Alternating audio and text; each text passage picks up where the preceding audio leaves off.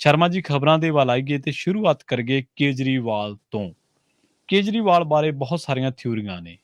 ਜਦੋਂ ਕੇਜਰੀਵਾਲ ਧਾਰਾ 370 ਤੇ ਚੁੱਪ ਹੋ ਜਾਂਦਾ ਹੈ, ਜਦੋਂ ਕੇਜਰੀਵਾਲ ਸੰਘੀ ਢਾਂਚੇ ਤੇ ਘੱਟ ਬੋਲਦਾ, ਜਦੋਂ ਕੇਜਰੀਵਾਲ ਸ਼ਹੀਨ ਬਾਗ ਨਹੀਂ ਜਾਂਦਾ, ਜਦੋਂ ਕੇਜਰੀਵਾਲ, ਤੁਸੀਂ ਮੈਨੂੰ ਦੱਸਿਆ ਸੀ, ਬਿਲਕਿਸ ਬਾਨੋ ਤੇ ਮਸਲੇ ਤੇ ਬੋਲਣ ਤੋਂ ਥੋੜਾ ਜਿਹਾ ਗੁਰੇਜ਼ ਕਰਦਾ, ਤਾਂ ਲੋਕ ਕੇਜਰੀਵਾਲ ਨੂੰ ਇੱਕ ਹੋਰ ਥਿਊਰੀ ਦੇ ਨਾਲ ਦੇਖਦੇ ਨੇ।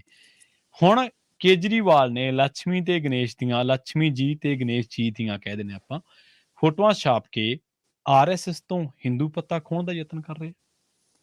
ਹਾਂ ਬਿਲਕੁਲ ਜੀ। ਕੱਲ ਅਰਵਿੰਦ ਕੇਜਰੀਵਾਲ ਦਾ ਬਿਆਨ ਅਸਰ ਹੁੰਦਾ ਕਿ ਉਹ ਕਹਿੰਦੇ ਕਿ ਭਾਰਤੀ ਨੋਟਾਂ ਦੇ ਉੱਤੇ ਇੱਕ ਪਾਸੇ ਮਹਾਤਮਾ ਗਾਂਧੀ ਤੇ ਦੂਏ ਪਾਸੇ ਲక్ష్ਮੀ ਜੀ ਔਰ ਗਣੇਸ਼ ਜੀ ਦੀਆਂ ਤਸਵੀਰਾਂ ਛਾਪ ਦੇਣੀਆਂ ਚਾਹੀਦੀਆਂ ਜੀ। ਸੋ ਕਹਿੰਦੇ ਜੀ ਮੈਂ ਇਹਦੇ ਲਈ ਪ੍ਰਧਾਨ ਮੰਤਰੀ ਜੀ ਨੂੰ, RBI ਨੂੰ, ਕੇਂਦਰ ਸਰਕਾਰ ਨੂੰ ਅਪੀਲ ਕਰਦਾ ਕਿ ਉਹ ਅਜਿਹਾ ਪਹਿਲ ਕਦਮੀ ਕਰਨ, ਕਿਉਂਕਿ ਉਹ ਕਹਿੰਦੇ ਕਿ ਲక్ష్ਮੀ ਜੀ ਔਰ ਗਣੇਸ਼ ਜੀ ਨੂੰ ਅਸੀਂ ਜਿਸ ਤਰ੍ਹਾਂ ਮਤਲਬ ਕਿ ਆਰਥਿਕ ਮਜ਼ਬੂਤੀ ਦਾ ਇੱਕ ਧੁਰਾ ਮੰਨਦੇ ਹਾਂ, ਸੋ ਉਸ ਨਾਤੇ ਕਹਿੰਦੇ ਕਿ ਉਹਨਾਂ ਦੀਆਂ ਤਸਵੀਰਾਂ ਨੋਟਾਂ ਤੇ ਹੋਣੀਆਂ ਚਾਹੀਦੀਆਂ।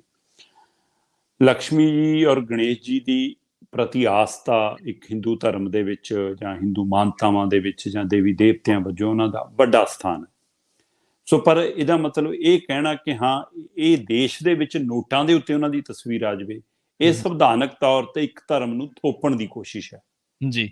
ਸੋ ਹਰੇਕ ਧਰਮ ਦਾ ਆਪਣੇ ਆਪਣੇ ਧਰਮ ਦੇ ਉੱਤੇ ਵੱਡਾ ਮਹੱਤਵ ਹੈ, ਉਹਨਾਂ ਦਾ ਆਪਣੇ ਆਪਣੇ ਧਰਮ ਦੇ ਵਿੱਚ ਇੱਕ ਮਹੱਤਵਪੂਰਨ ਸਥਾਨ ਹੈ, ਔਰ ਜਿਹੜੇ ਦੇਵੀ ਦੇਵਤਿਆਂ ਨੂੰ ਮੰਨਦੇ ਨੇ ਉਹਨਾਂ ਦੇ ਲਈ ਦੇਵੀ ਦੇਵਤਿਆਂ ਦਾ ਸਥਾਨ ਉੱਚ ਹੈ। ਪਰ ਤੁਸੀਂ ਕਹੋ ਕਿ ਇਸ ਨੂੰ ਅਸੀਂ ਨੋਟਾਂ ਤੇ ਲਿਆਈਏ ਤੇ ਇਹਦਾ ਮਤਲਬ ਅਸੀਂ ਸੰਵਿਧਾਨਕ ਤੌਰ ਤੇ ਉੱਤੇ ਹਿੰਦੂ ਰਾਜ ਵੱਲ ਵਧਾਉਣ ਵਾਲੀ ਇੱਕ ਕਦਮ ਪੁੱਟ ਰਹੇ ਹਾਂ। ਔਰ ਇਹ ਕਦਮ ਉਹੀ ਕਦਮ ਹੈ ਜਿਹੜਾ RSS ਪੁੱਟਣਾ ਚਾਹੁੰਦੀ ਹੈ ਜਾਂ ਜਿਹੜੇ ਰਾਹ ਦੇ ਉੱਤੇ ਮੋਦੀ ਸਰਕਾਰ ਹੈ।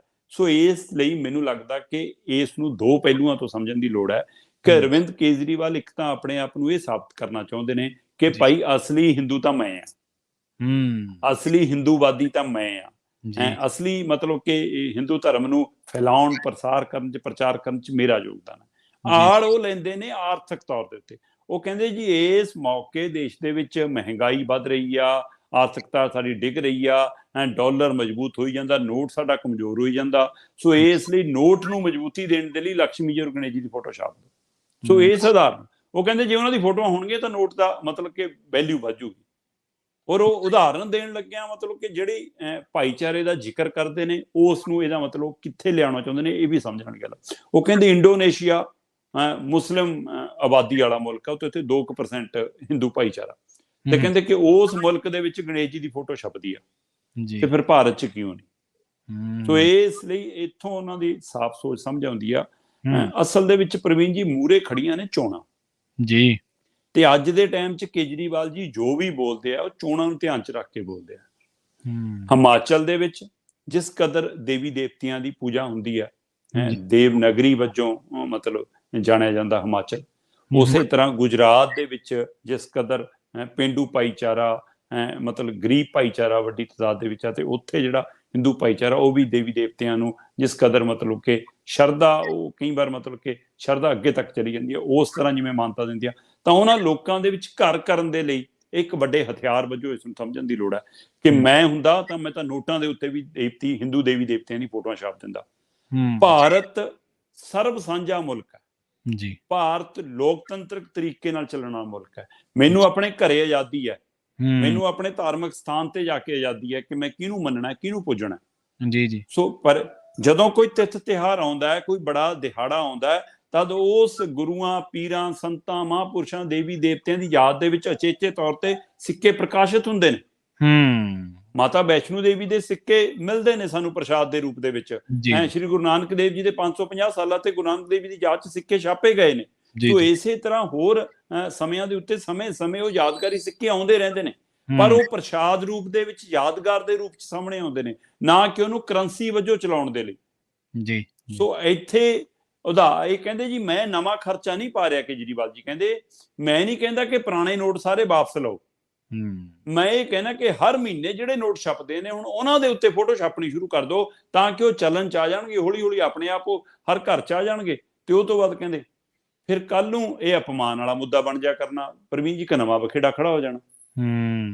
ਇਸ ਨੂੰ ਸਾਡੀ ਮਾਨਸਿਕਤਾ ਨਾਲ ਜੋੜ ਕੇ ਦੇਖੋ ਕਿ ਜਦੋਂ ਕਿਸੇ ਮੁਸਲਿਮ ਭਾਈਚਾਰੇ, ਕਿਸੇ ਸਿੱਖ ਭਾਈਚਾਰੇ, ਜਾਂ ਫਿਰ ਜਿਹੜਾ ਕੱਟੜ ਹਿੰਦੂਵਾਦ ਹੈ, ਜਿਹੜਾ ਕਹਿੰਦਾ ਜੀ ਕਿ ਦਲਿਤ ਨੂੰ ਮੰਦਿਰ ਦੀਆਂ ਪੌੜੀਆਂ ਨਹੀਂ ਅਸੀਂ ਚੜ੍ਹਨ ਦੇਣਾ, ਉਹਨਾਂ ਦੀ ਕਿਸੇ ਦੁਕਾਨ ਫੜੀ ਦੇ ਉੱਤੇ ਉਹ ਹੱਥ 'ਚ ਫੋਟੋ ਵਾਲਾ ਨੋਟ ਹੋਊਗਾ, ਕਹਿਣਗੇ ਜੀ ਅਪਮਾਨ ਕਰਤਾ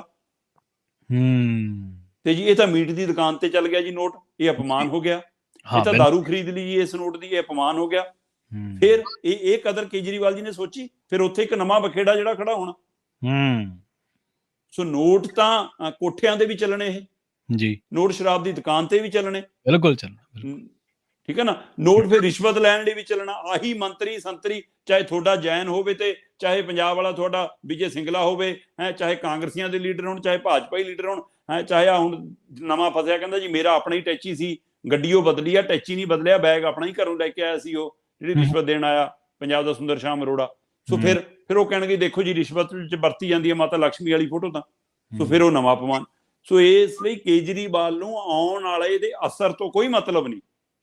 ਉਹਨੂੰ ਮਤਲਬ ਹੈ ਕਿ ਮੈਂ ਇਸ ਮੌਕੇ ਗੁਜਰਾਤ ਦੇ ਵਿੱਚ, ਹਿਮਾਚਲ ਦੇ ਵਿੱਚ ਆਪਣੇ ਆਪ ਨੂੰ ਸੱਚਾ ਹਿੰਦੂ ਦਿਖਾ ਕੇ, ਆਪਣੇ ਆਪ ਨੂੰ ਦੇਵੀ ਦੇਵਤਿਆਂ ਦਾ ਪੂਜਕ ਦਿਖਾ ਕੇ ਵੋਟਾਂ ਹਾਸਲ ਕਰ ਲਵਾਂ, ਔਰ ਭਾਜਪਾ ਨੂੰ ਕਹਾਂ ਕਿ ਨਾ ਤੁਹਾਡੇ ਨਾਲੋਂ ਮੈਂ ਵੱਧ। ਮੈਂ ਇੱਕ, ਆਪਾਂ ਯਾਦ ਹੋਵੇ ਆਪਣੇ ਦਰਸ਼ਕਾਂ ਨੂੰ, ਆਪਾਂ ਗੱਲ ਕੀਤੀ ਸੀ ਕਿ ਇਹ ਤਿਰੰਗੇ ਦੇ ਸਨਮਾਨ ਲਈ ਨਹੀਂ ਲੜਦੇ, ਇਹ ਲੜਦੇ ਨੇ ਕਿ ਕਿਹਦਾ ਤਿਰੰਗਾ ਅਸਲੀ ਤੇ ਕਿਹਦਾ ਤਿਰੰਗਾ ਉੱਚਾ। ਇਹ ਆਪਸ ਦੇ ਵਿੱਚ ਤਿਰੰਗਾ ਯਾਤਰਾ ਪੰਜਾਬ 'ਚ ਲੈ ਕੇ ਆ ਗਏ। ਪੰਜਾਬ 'ਚ ਕਿਹੜਾ ਭਾਈ ਤਿਰੰਗੇ ਦਾ ਵਿਰੋਧ ਸੀ ਜਾਂ ਕਿਹੜਾ ਤਿਰੰਗੇ ਦੀ ਸ਼ਾਂਤੀ ਦੀ ਲੋੜ ਸੀ ਅਜਿਹੀ। ਸੋ ਤਿਰੰਗਾ ਯਾਤਰਾ ਸਮਝ ਆਉਂਦੀ ਕਿ ਰਾਜਨੀਤਿਕ ਯਾਤਰਾ ਸੀ ਉਹ। ਸੋ ਇਸ ਲਈ ਕਿਤੇ ਇਹ ਮੋਦੀ ਨਾਲੋਂ ਵੱਧ ਤਿਰੰਗੇ ਪ੍ਰਤੀ ਆਪਣੀ ਵਫਾਦਾਰੀ ਦਿਖਾਉਣ ਲਈ ਕਾਲੇ ਹੁੰਦੇ ਨੇ। ਕਦੇ ਦੱਸਣਾ ਚਾਹੁੰਦੇ ਨੇ ਕਿ ਮੇਰਾ ਤਿਰੰਗਾ ਤੁਹਾਡੇ ਨਾਲ ਉੱਚਾ, ਹੁਣ ਇਹ ਦੱਸਣਾ ਚਾਹੁੰਦੇ ਨੇ ਕਿ ਤੁਹਾਡੇ ਨਾਲੋਂ ਵੱਧ ਮੈਂ ਦੇਵੀ ਦੇਵਤਿਆਂ ਨੂੰ ਪੂਜਣ ਵਾਲਾ, ਮੈਂ ਤੁਹਾਨੂੰ ਨੋਟਾਂ ਤੱਕ ਲਿਆਉਣ ਨੂੰ ਫਿਰਦਾ, ਤੁਸੀਂ ਤਾਂ ਸਿਰਫ ਫੋਟੋਆਂ ਖਿਚਾਉਂਦੇ ਹੋ ਮੰਦਿਰਾਂ ਜਾ ਕੇ, ਆ ਲਓ ਮੈਂ ਤਾਂ ਨੋਟਾਂ ਤੇ ਛਾਪਣ ਲਈ ਤਿਆਰ ਹਾਂ। ਸੋ ਇਸ ਲਈ ਇਹ ਉਹੀ ਏਜੰਡਾ ਹੈ ਜਿਹੜਾ ਏਜੰਡਾ RSS ਦਾ, ਇਹ ਉਹੀ ਏਜੰਡਾ ਜਿਹੜਾ ਏਜੰਡਾ ਭਾਜਪਾ ਦਾ, ਇਹ ਉਹੀ ਏਜੰਡਾ ਜਿਹੜਾ ਇਸ ਸਮੇਂ ਦੀ ਕੇਂਦਰ ਸਰਕਾਰ ਦਾ। ਉਸੇ ਏਜੰਡੇ ਤੇ ਕੇਜਰੀਵਾਲ ਚੱਲ ਰਹੇ ਨੇ, ਔਰ ਉਹਦੇ ਲਈ ਫਿਰ ਪੰਜਾਬ ਦੇ ਬੁਲਾਰੇ ਕੰਗ ਨੂੰ ਵੀ ਲਾਇਆ ਜਾਂਦਾ ਕਿ ਹਾਂ ਪੱਗ ਬੰਨਣ ਵਾਲਾ ਮੁੰਡਾ ਉਹ ਹੁਣ ਮਤਲਬ ਕਿ ਬੋਲੀ ਕੇਜਰੀਵਾਲ ਦੀ ਬੋਲੇ। ਇਹ ਨਹੀਂਗਾ ਕਿ ਸਿੱਖ ਧਰਮ ਕਿਸੇ ਦੂਸਰੇ ਧਰਮ ਦਾ ਅਪਮਾਨ ਕਰਦਾ, ਜਾਂ ਇਹ ਨਹੀਂਗਾ ਕਿ ਉਹ ਕਦੇ ਸਾਨੂੰ ਕਿਸੇ ਇੱਕ ਦੂਸਰੇ ਦੀ ਪੂਜਾ ਤੋਂ ਰੋਕਦਾ। ਪੰਜਾਬ ਦੇ ਵਿੱਚ ਮੰਦਿਰਾਂ ਔਰ ਗੁਰਦੁਆਰਿਆਂ 'ਚ ਸਾਂਝ ਜਿਹੜੀ ਸਾਡੀ ਪਰਿਵਾਰਕ ਸਾਂਝਾਂ ਨੇ ਉਹ ਬਰਕਰਾਰ ਨੇ। ਪਰ ਇਹਦਾ ਤੁਸੀਂ ਜਾਣ ਕੇ ਉਹ ਤੋਂ ਕਹਾਉਂਦੇ ਹੋ ਕਿ ਇਹ ਚਿਹਰਾ ਬਣ ਕੇ ਦੇਖੋ ਜੀ, ਉਹ ਤੋਂ ਕੱਲ ਪ੍ਰੈਸ ਕਾਨਫਰੰਸ ਕਰਾਈ।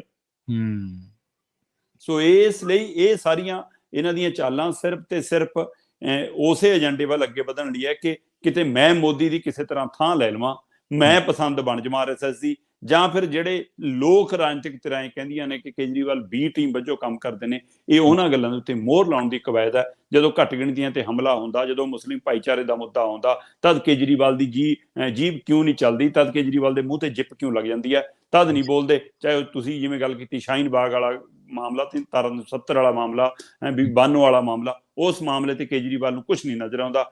ਹਾਂ, ਜਦੋਂ ਵੋਟਾਂ ਹਾਸਲ ਕਰਨੀਆਂ ਫਿਰ ਉਸ ਨੂੰ ਨਜ਼ਰ ਆਉਂਦਾ। ਔਰ ਇਹ ਉਹੀ ਹਿੰਦੂ ਏਜੰਡਾ ਜਿਹੜੇ ਏਜੰਡੇ ਦੇ ਉੱਤੇ ਮਤਲਬ ਕਿ ਭਾਜਪਾ ਚੱਲ ਰਹੀ ਹੈ। ਜੀ ਬਿਲਕੁਲ ਬਿਲਕੁਲ। ਇਹਦੇ ਕਈ ਚੀਜ਼ਾਂ ਹੌਲੀ ਹੌਲੀ ਤਸਦੀਕ ਹੋਣ ਲੱਗ ਪੈਂਦੀਆਂ ਨੇ ਸ਼ਰਮਾ ਜੀ।